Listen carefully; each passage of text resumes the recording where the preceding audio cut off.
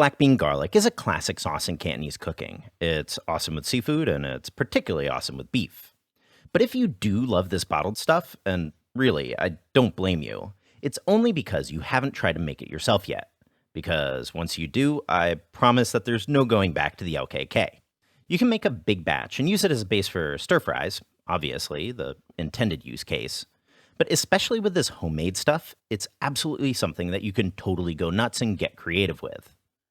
Now, the reason why homemade is so much better than the bottle is twofold. First, as a base, we'll be using some actual whole doucher, that is, those Chinese fermented black soybeans. For whatever reason, the bottled stuff just doesn't have that same chocolatey depth that the beans themselves have.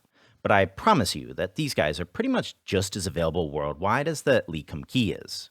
You might find them labeled Yangjiang preserved beans or Yangjiang preserved beans with ginger, either variant's totally okay, and is a fantastic ingredient to have around in and of itself. Reason number 2, the garlic. You see, an advantage that we have when cooking at home is that we can use fresh garlic straight up, something that can be a bit of a challenge for a shelf-stable bottle. So we'll be making a bigger batch today and using one whole head's worth, about 70 grams, smashed to remove the peels. Now, for this sauce today, you do have some flexibility for how you want to break this all down.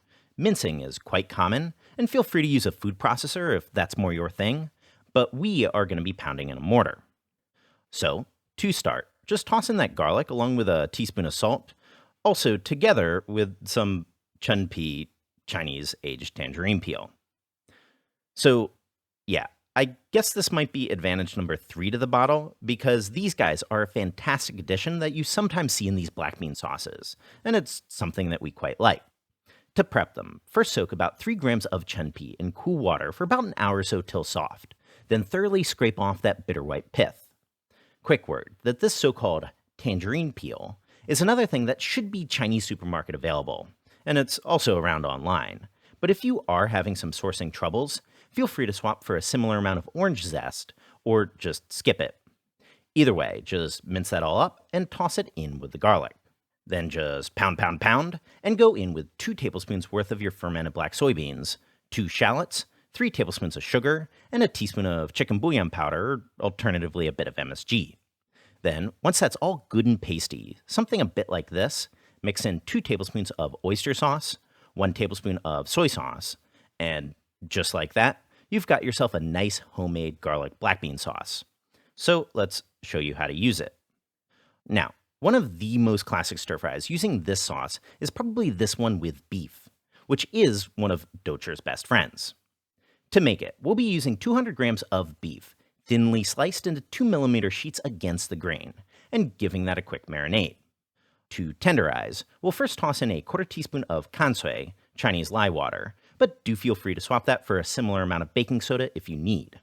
Then just toss in a 1/2 teaspoon salt, a teaspoon of sugar, 1 teaspoon cornstarch, 1 teaspoon liaojiu aka Shaoxing wine, a 1/2 teaspoon of soy sauce, a 1/2 teaspoon of dark soy sauce for color, a 1/4 teaspoon black pepper powder, 1 teaspoon oyster sauce, and 2 tablespoons of water.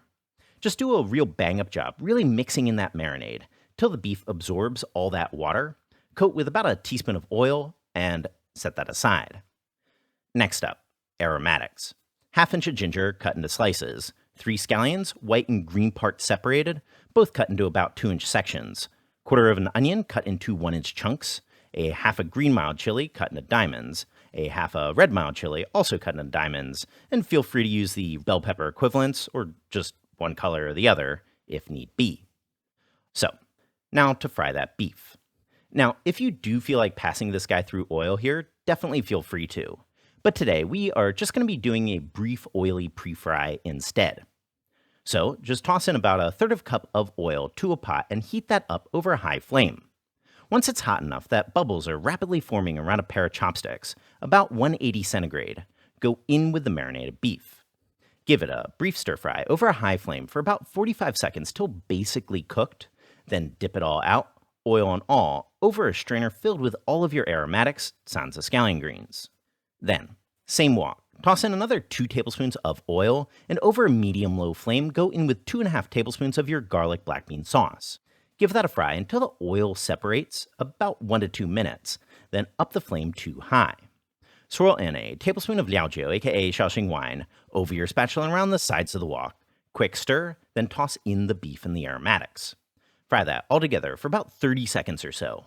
Then toss in an optional half teaspoon of dark soy sauce for color, quick mix, a slurry of a teaspoon of cornstarch mixed with an equal amount of water, another quick mix, then go in with your scallion greens, and after a final toss, out. Cantonese black bean garlic beef, done. Now again, this was just one idea, and definitely do check out the pinned notes in the comments below for a few more. Either way, what we just whipped up in the first part of the video should be enough for about 5 dishes, and you can definitely go bigger here if you want. It'll keep about a week or so in the fridge, but for long-term storage, we'd recommend separating out individual 2.5 tablespoon portions and freezing them. Either way, if you are looking to get creative and potentially use this sauce as a dip or spread in Western cooking, and honestly it is pretty awesome in that context too, quick word that you will need to cook your sauce first. After all, that whole head of garlic probably wouldn't be all that pleasant totally raw. So, here's what I would do. Medium flame, about a tablespoon of oil. Go in with the amount that you want pre-cooked. Here I'm frying up about half the sauce that we just made. Just fry that for about a minute or two, again, till the oil is separated. Swirl in a tablespoon of liaojiu, aka Shaoxing wine, and after a quick mix, toss in a 1/4 cup of water. Then just swap your flame to high and let that all reduce away. After about 5 to 10 minutes of bubbling, the water should be basically gone, and you should be looking at something a bit like this. And then now at this point, it'll be totally ready to top on your cheeseburger or mix into your compound butter or whatever you want to do. So, I guess we completely lost our sponsorship opportunity for Lee Kum Kee.